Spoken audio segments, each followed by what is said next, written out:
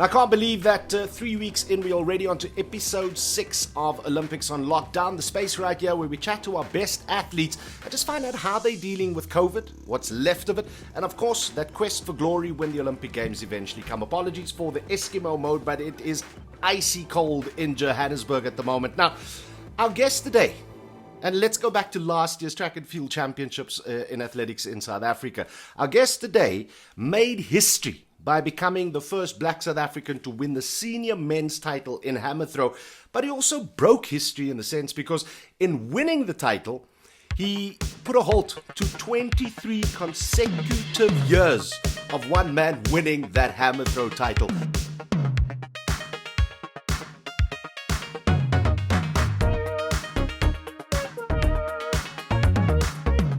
Tshepang, welcome to Olympics on Lockdown, man. Hi, Udo. Thank you for having me, and hello to the viewers as well, man. For the last 3 years, I've been working on athletics, on track and field in South Africa. And it's been a beautiful thing. And I've been watching you come to the Nationals. I've been watching you working with Chris Harmse, who owns that Guinness Book of Records distinction for 23 national titles. What was different about last year's finals? Did you know going in that, hey, I'm going to step out of the shadow here in this championships? Honestly, I had a bit of a mental edge, if you can call it that, because the year before we had the Africa Champs in Asaba, Nigeria, and that was my first really big meet where I threw further than Chris, where we had the same meet. So I think that happening also gave me a bit of a, you know what?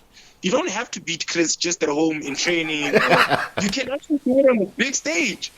And yeah, I went into training with that mentality when we came back, because after Africa Champs we had the Continental Cup, where I also threw amongst some of the big names in Hammer, and that in itself also sort of cemented that idea of, if you can tussle with these big guys, Chris shouldn't really be that big of a mountain in front of you. So yeah, just going back to Sasol with that mentality of, you know what, we've been in the game. I think that was like my 5th year throwing hammer, senior ranks. I was like, okay, no, it's time we put a stop to this.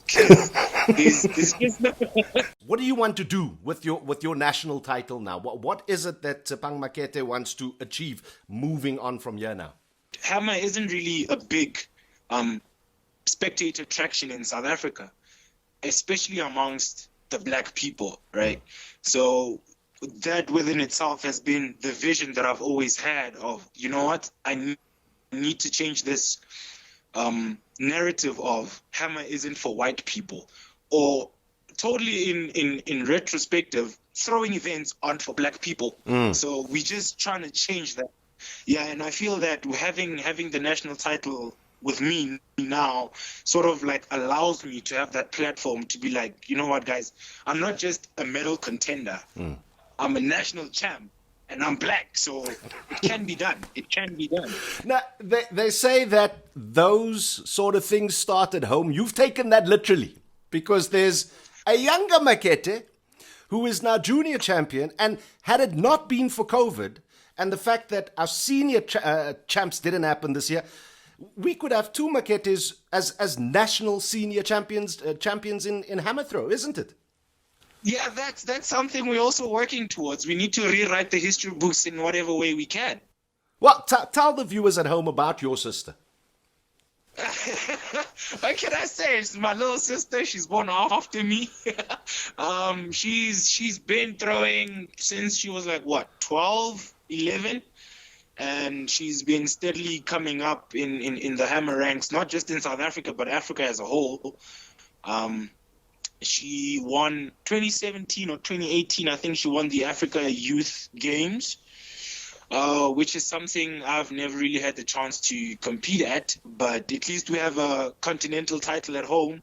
So that's one thing that we actually always competing about. Is like, yeah, no, I have a national title and she has a continental title, and now I guess the race is who's going to have a bigger one after Africa. best thing about being South African is the kindness that we have towards each other. Oh, that's so sweet, man. That is so sweet.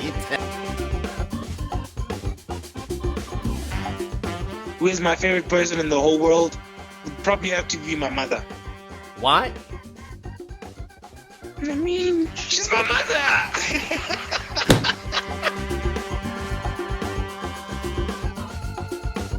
My favorite food. I could live off pasta my whole life. Favorite musician. I don't think I have one of those. Favorite musician. What?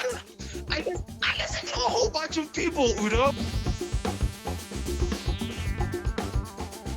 Me. Boom. I'm my favorite athlete. Boom. I have to be. Talk to us now about what lockdown, what COVID has done to your preparations, to your planning around competing at that first Olympics. Oh, yeah, no, lockdown came at a pretty bad time. Not just lockdown, but COVID in its whole entirety.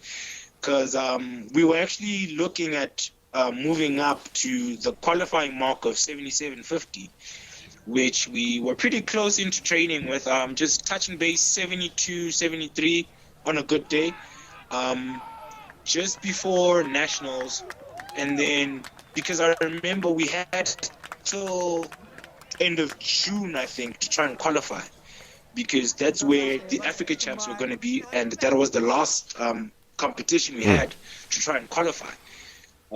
So we had pretty much planned our prep so that when it comes to Africa champs, we'll be pretty close, if not over the qualifying mark. In a sense, then, COVID has been a bit of a blessing for you, hasn't it? Because it's given you more time now to get to that distance and qualify for the Tokyo Games when it does happen. When it actually does happen, yeah, it's a, I don't know, you could say it's a bittersweet ending if you currently look at it, because there's now two types of groups that are affected. It's the more elite guys who are now going for those medals, and then there's us, the upcoming guys, who are like, okay, this is where I need to make my mark now and actually show that I'm capable of this. I think the group that's more affected now would actually be us, because those guys have already had their time, and it's pretty much us now who need to take over the mantle of just taking the sport to greater heights. Are you worried in the next 4 or 5 months that you have to throw that 77.5 to get to Tokyo? Are you worried about that? Not really. I mean, if you've been putting in the work, no matter how much of a standstill you're at some point you're gonna get back to that level where you were. We see it every year in, year out. When the season ends, we normally take 2 to 3 months off, runabout, and then we just start chiseling off again and trying to be better than what we were in the previous season. And this is sort of more like a extended off period, and just also gives you an extended season period where you now have to work to getting back to where you were before everything happened. Do you have any idea when you guys are going to be back in that cage throwing? Do you have any idea?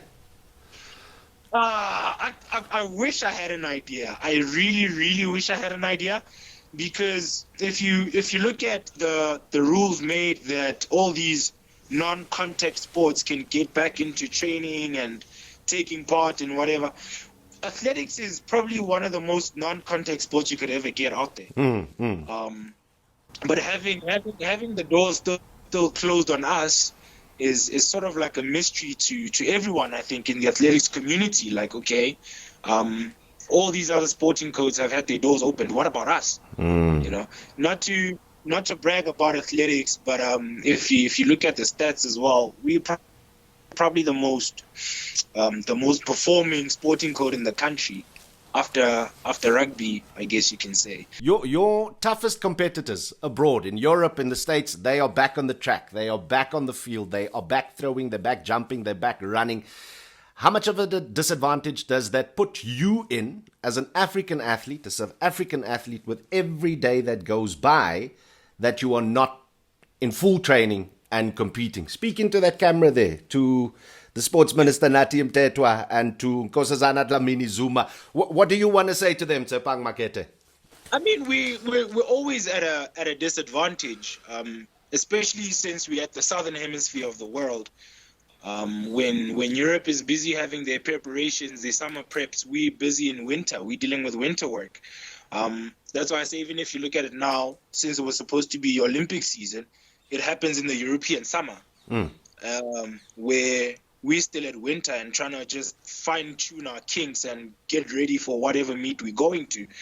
But yeah, it's always a big disadvantage for us southern hemisphere people, and just pretty much having the government on our side. We're really crying out for help. We need to get back to going back to training, because at the end of the day, that's our livelihood, or at least we're trying to make that our livelihood. Speaking of which, livelihood. You don't work, you don't get paid, you can't look after your family. What's been your financial driver in the last 3 months? How have you been making ends meet? I've been lucky enough to be staying at home, where I have a teacher for a mother. So that small income helps here and there, but it's not really enough to sustain 2 world-class athletes, I can say. So because it's not just me now, it's me and my little sister. So all right. In wrapping up, if you were to finish your career with 23 consecutive national titles, 9 golds at major events, if you were to have, I would say, a similar legacy to Chris Harmse, would that be enough for Tshepang Makhete? For me, it wouldn't be enough, to be honest. I'd have a lot of regrets. I'd feel, because what we're actually trying to achieve is put South Africa back to that point where we know we have different medals. Well, we have medals from different events, not just the sprints or middle distance or long jump. You know, we're just trying to take it back to the Hestie Kluter age, the Marius Covet age, you know, where we know we don't just depend on 1 or 2 individuals for medals. We have a wider scope of medal contenders. And yeah, it's always been a thing between me and Bossy that, you know, we don't really have a world champ finalist to start off with. Just to be in the final. We don't have someone who we can say, yeah, but we have a Hammerthrow who's been in the final, either world champ or Olympics. So just for a start to get there and make it to the final would already be, not to say satisfying, but it would be like a stepping stone to be like, okay, now we can build from being in the final to trying to contend for those medals. Well, brother Tshepang Makhete, it's been an absolute pleasure. We need to catch up with your sister at some point as well, but for now, keep the flag flying and keep inspiring, and let's get to that Olympics next year as a competitor, yeah? Thank you so much for having me, Udo. And as we always say, the work never stops. The work never stops. We just take it as it comes and work through it all. Put it right there, my brother. Good to have you on Olympics on Lockdown. Boom.